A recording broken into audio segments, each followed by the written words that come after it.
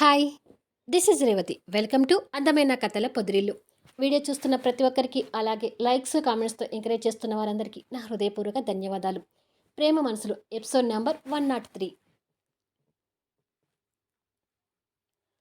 Anusha chicken curry చేస్తుంటే ప్రకాష్ సింకులో గిన్నెలు కడుగుతూ, ప్రతి కుక్కకి ఒకరోజు వస్తుందో రాదో తెలియదు కానీ పెళ్ళైన ప్రతి మగాడికి మాత్రం అంట్లు కడిగే రోజు వస్తుందని ఖచ్చితంగా చెప్పగలను అని తన మాటల చమత్కారాలతో అనుషని ఆట పట్టిస్తుంటాడు. అనుష గరిట చూపిస్తూ, మాటలాపి గిన్నెలు కడుగుతావా లేదా అంటుంది చిరుకోపం చూపిస్తూ. పెళ్ళంగారు ఆర్డర్ వేశాక మొగుడు గారు చేయకుండా ఉంటాడా? తమరు అన్నట్టుగా అంట్లన్నీ కడుగుతాను, కానీ చికెన్ చేస్తున్నావు, స్పెషల్ ఏంటి అని అడుగుతాడు. రేణు వస్తుంది, తనకి చికెన్ అంటే చాలా ఇష్టం కదా, అందుకే చేస్తున్నాను అంటుంది అనుష. ఓ, రియల్లీ? రేణు మేడం వస్తుందా అని అంటుండగానే డోర్ బెల్ మోగుతుంది. అదిగో రేణు వచ్చినట్టుంది అని అనుష స్టవ్ ఆఫ్ చేసి వెళ్ళి డోర్ తీస్తుంది. అనుకున్నట్టుగానే ఎదురుగా రేణు కనిపిస్తుంది. అనుష నవ్వుతూ హాయ్ రేణు అంటూ తన్ని రిసీవ్ చేసుకుని లోపలికి తీసుకొస్తుండగానే ప్రకాష్ ఎదురు వస్తూ హాయ్ మేడం అంటాడు. హాయ్ ప్రకాష్, ఎలా ఉన్నావు అని అడుగుతుంది రేణు. రోజుకి 3 సార్లు అంట్లు తోమి 6 సార్లు ఇల్లు ఊడ్చి ఏదో బతికేస్తున్నాను మేడం అంటాడు బాధ నటిస్తూ. రేణు ఆ మాటలకి నవ్వుతుంటే అనుష గుడ్లురిమి ప్రకాష్ వైపు చూస్తుంటుంది. ప్రకాష్ ఆ చూపుకి భయపడుతూ రండి మేడం కూర్చోండి అని సోఫా చూపిస్తాడు. రేణు వాళ్ళిద్దరిని గమనించి నవ్వుతూనే సోఫాలో కూర్చుంటుంది.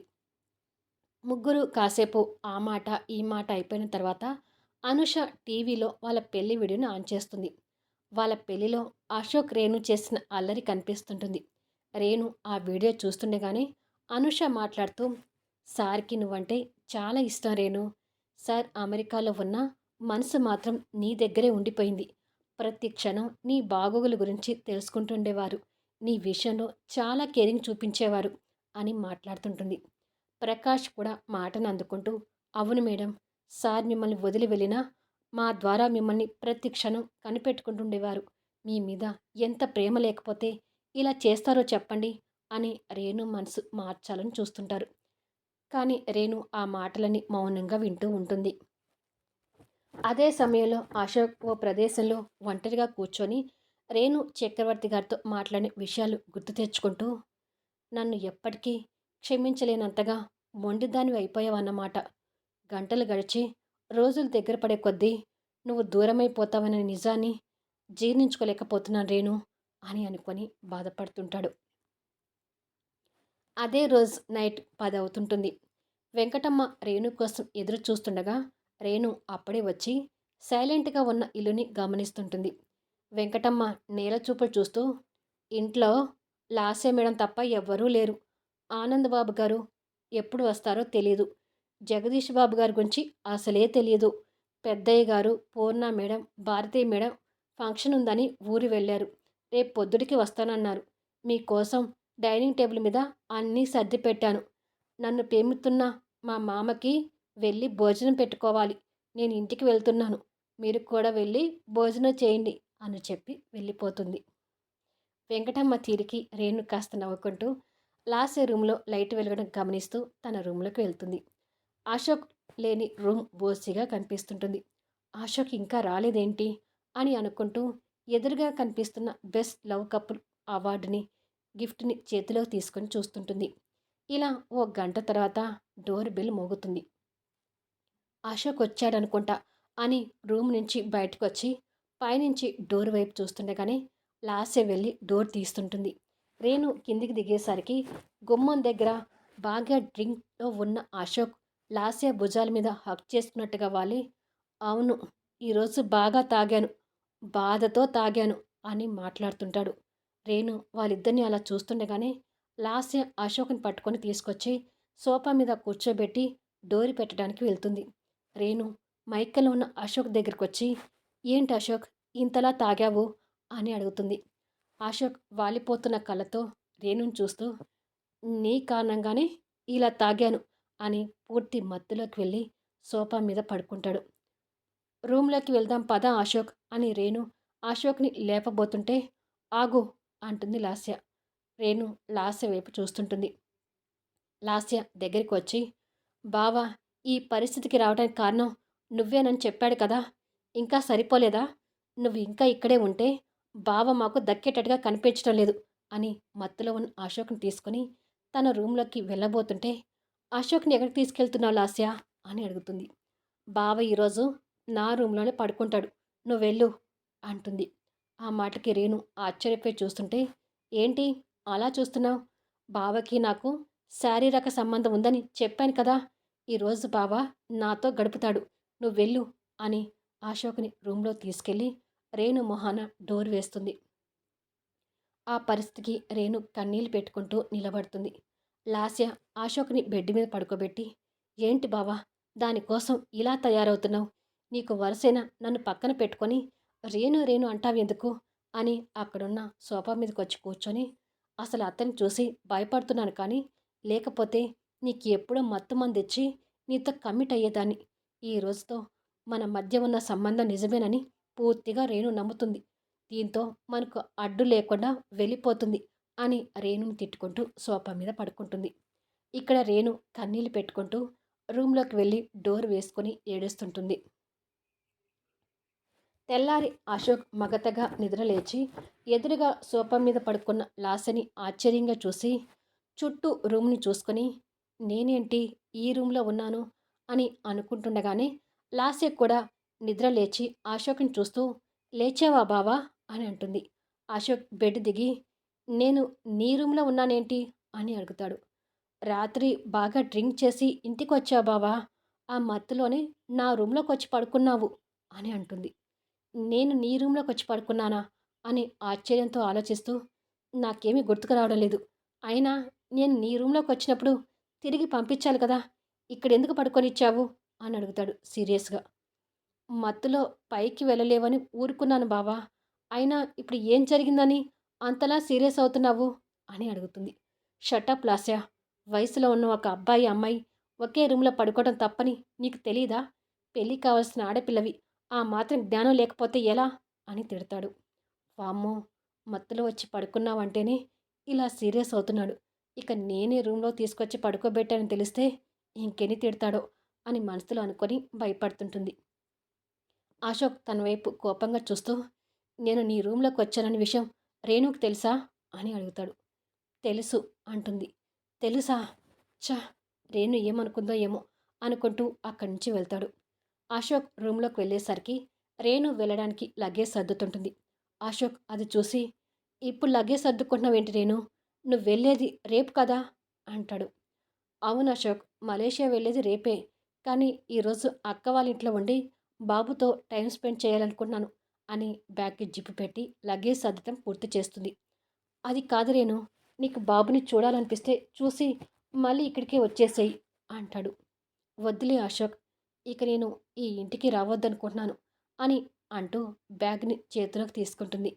అలా అనుకు రేణు, నువ్వు ఉండేది ఈ ఒక్కరోజే కదా, ఈ ఒక్కరోజు ఇక్కడే ఉండు అంటాడు బాధపడుతూ.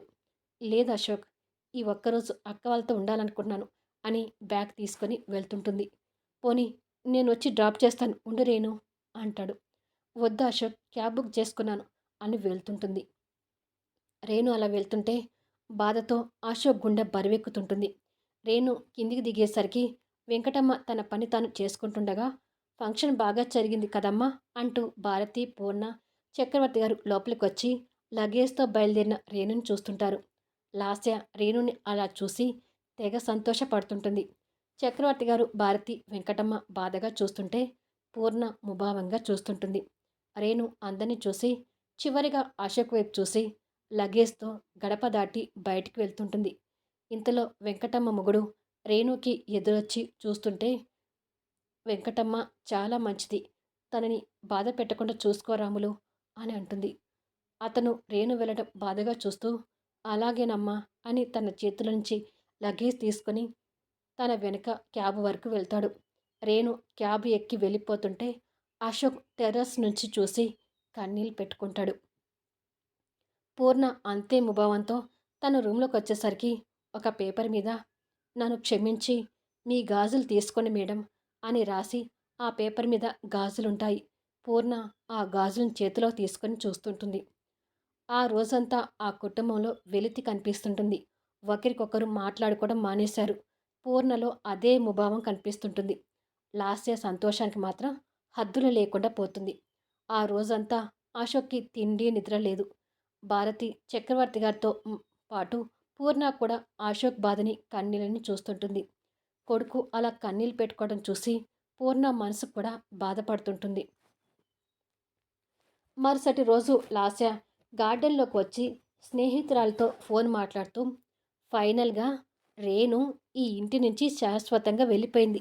నాకు భలే సంతోషంగా ఉంది. ఈ సంతోషం ఎవరితోనైనా పంచుకోవాలని నీకు ఫోన్ చేశాను. నేను చెప్పిన మాటలు భలే నమ్మింది. అమెరికాలో బావ నేను సహజీవనం చేశామని, 2 సార్లు అబార్షన్ జరిగిందని చెప్పగానే ఆ పిచ్చిది నిజమని నమ్మింది. దానికి ఇంకా నమ్మకం కలిగించడం కోసం రాత్రి తాగిన మత్తులో ఉన్న బావని తీసుకొచ్చుకొని నా రూమ్లో పడుకోబెట్టాను. దాంతో తెల్లారిపాటికే అలాగే సర్దుకొని వెళ్ళిపోయింది అని నవ్వుతూ చెప్తూ ఇటువైపుగా తిరిగేసరికి ఎదురుగా అందరూ ఉంటారు. వాళ్ళ పక్కన వెంకటమ్మ మొగుడు కూడా ఉంటాడు. అంటే వెంకటమ్మ మొగుడే వాళ్ళందరినీ అక్కడికి తీసుకొచ్చినట్టు అర్థం. లాస్య వాళ్ళందరిని చూసి భయపడుతూ మళ్ళీ చేస్తాను అని ఫోన్ పెట్టేస్తుంది. అందరూ తన వైపు కోపంగా చూస్తుంటే పూర్ణ దగ్గరికొచ్చి లాస్య చెంపన లాగి పెట్టి ఒక్కటిస్తుంది. అత్త చేతి దెబ్బకు లాస్య విస్తుపోయి చూస్తుంటుంది. నీ మీద నువ్వే ఇలా చెప్పుకోవడానికి నీకు సిగ్గనిపించలేదే? అసలు నువ్వు ఆడదానివేనా? నా కొడుకు సంసారాన్ని నాశనం చేసావు కదే దుర్మార్గురాలా అని లాస్యని ఆ చెంప ఈ చెంప వాంచుతుంటుంది. అశోక్ కోపంగా చూస్తూ రేణు ఇదంతా నిజమనుకొని నన్ను వదిలి వెళ్ళి ఉంటుందమ్మా అని అంటాడు. భారతి మాట్లాడుతూ ముందు రేణుకి ఫోన్ చేసి ఇదంతా అబద్ధమని నచ్చ చెప్పు తమ్ముడు అని అంటుంది. అవునానంద్ ముందు రేణుకి ఫోన్ చేయి అంటాడు చక్రవర్తి గారు. అశోక్ ఫోన్ చేస్తుంటాడు. రేణు అప్పటికే ఎయిర్పోర్ట్లో ఉండి అశోక్ కాల్ చూసి కొన్ని క్షణాలు ఆలోచించి ఫోన్ లిఫ్ట్ చేసి హలో అంటుంది. లాస్య నీతో చెప్పిందంతా అబద్ధం రేణు. తనకి నాకు ఎలాంటి శారీరక సంబంధం లేదు. లాస్య మాటలు నమ్మకు అని తనకి నచ్చ చెప్పాలని చూస్తుంటాడు. రేణు ఫోన్ కట్ చేసి స్విచ్ ఆఫ్ చేస్తుంది. నేను చెప్పేది నమ్మడం లేదు నాన్న అంటాడు బాధపడుతూ. పూర్ణ కూడా కంగారు పడుతూ తనకి ఎలాగైనా నచ్చ చెప్పాలి. ఫోన్ ఇవ్వు నేను మాట్లాడతాను అని ఫోన్ తీసుకొని రేణుకి ఫోన్ చేసి ఫోన్ స్విచ్ ఆఫ్ వస్తుంది అని అంటుంది. చక్రవర్తి గారు కూడా కంగారు పడుతూ రేణు వంశీ వాళ్ళ ఇంట్లో ఉండి ఉంటుంది. మీరు వెళ్ళి తనని కలిసి ఉన్న నిజాన్ని చెప్పండి అంటాడు. అశోక్ వెళ్ళి కారు తీయగానే భారతి పూర్ణ కారులో కూర్చుంటారు. కారు వెళ్ళిపోతుంది. చక్రవర్తి గారు లాస్య వైపు కోపంగా చూస్తూ ఛీ ఇన్నాళ్ళు పాములకి పాలు పోసి పెంచుతూ వచ్చాను అని అనుకుంటాడు. కొద్దిసేపటికి ఈ ముగ్గురు దివ్య వంశీ ముందు ఉంటారు. దివ్య మాట్లాడుతూ నువ్వు రేణుని ఇంకా పూర్తిగా అర్థం చేసుకోలేదు అశోక్. నువ్వే కాదు మేం కూడా ఆ పిచ్చిదాన్ని అర్థం చేసుకోలేకపోయాము. లాస్య మాటలను రేణు అప్పుడే కొట్టి పారేసింది. లాస్య చెప్పిన మాటలేవి రేణు నమ్మలేదు. లాస్య అమెరికా నుంచి ఫోన్ చేసిన 2-3 డేస్కి అనుకుంటా రేణు మా ఇంటికి వచ్చింది. పింకిని ఆడుకోమని తన ఫోన్ ఇచ్చి నాకు వంశీ గారికి కాఫీ తీసుకొస్తానని కిచెన్లోకి వెళ్ళింది. పింకీ ఆ ఫోన్తో ఆడుతూ పొరపాటున లాస్య కాల్ రికార్డ్ని ఓపెన్ చేసింది. దాంతో ఆ మాటలని మేము కూడా విన్నాము. తర్వాత మేము రేణుని నిలదీశాము. అప్పుడు తను ఏం చెప్పిందంటే లాస్య మాటలు విని నేను కూడా అశోక్ను అనుమానిస్తే నాకు అశోక్కి ఇక తేడా ఏంటక్క? అశోక్ మనస్తత్వం విషయంలో చెడ్డవాడు కావచ్చు. కానీ క్యారెక్టర్ విషయంలో మాత్రం బంగారం. ఆ లాస్య తెలివి తక్కువ దద్దమ్మ కాబట్టి నన్ను ఏదో రెచ్చగొట్టాలని తన క్యారెక్టర్ మీద తనే నిందలు వేసుకొని పిచ్చి పట్టినట్టుగా మాట్లాడింది. కానీ అదంతా పచ్చి అబద్ధం. అశోక్ అలాంటి వాడు కాదు అని చెప్పింది. దివ్య మాటలకు ఈ ముగ్గురు ఆశ్చర్యపోయి చూస్తుంటారు. అశోక్ నిర్ఘాంతపోతూ లాస్య మాటలు నమ్మలేదంటే మరి నిజంగానే రేణుకి నాతో కలిసి ఉండటం ఇష్టం లేకనే వెళ్ళిపోయిందా అని అడుగుతాడు. లేదు ఫ్రెండ్, ఈ విషయంలో కూడా మనం రేణుని అర్థం చేసుకోలేకపోయాం. నిన్న రేణు మా ఇంటికి వచ్చినప్పుడు అని వంశీ చెప్తుంటాడు. Flash back. సోఫాలో కూర్చున్న రేణుతో వంశీ మాట్లాడుతూ అశోక్ నీ మీద చూపించే ప్రేమకి 6 నెలల్లో నువ్వు మారిపోయి జరిగిన విషయం మర్చిపోతావేమో అనుకున్నాను రేణు. కానీ అశోక్‌తో 8 నెలలు ఉండి కూడా ఇలా విడాకులు తీసుకొని వెళ్ళిపోతావని అనుకోలేదు అని అంటాడు. రేణు దుఃఖాన్ని కంట్రోల్ చేసుకోలేక బాగా ఏడుస్తుంటుంది. వంశీ, దివ్య ఏడుస్తున్న రేణు వైపు ఆశ్చర్యంగా చూస్తుంటారు. దివ్య రేణు పక్కకొచ్చి, ఏంటే అలా ఏడుస్తున్నావు అని అడుగుతుంది.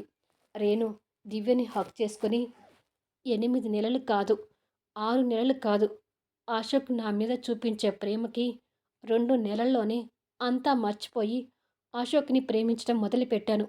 2 సంవత్సరాల ద్వేషాన్ని కేవలం 2 నెలల్లో మర్చిపోయేలా చేశాడక్క అశోక్. నా మనసు అశోక్ వైపుకి వెళ్ళకూడదు గాని ఎంతగానో కంట్రోల్ చేసుకున్నాను.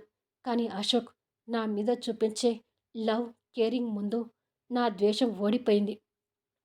నేను ప్రేమిస్తున్న విషయం అశోక్‌కి తెలియకూడదని కావాలనే అశోక్‌తో కోపంగా ఉన్నట్టు నటిస్తూ వచ్చాను.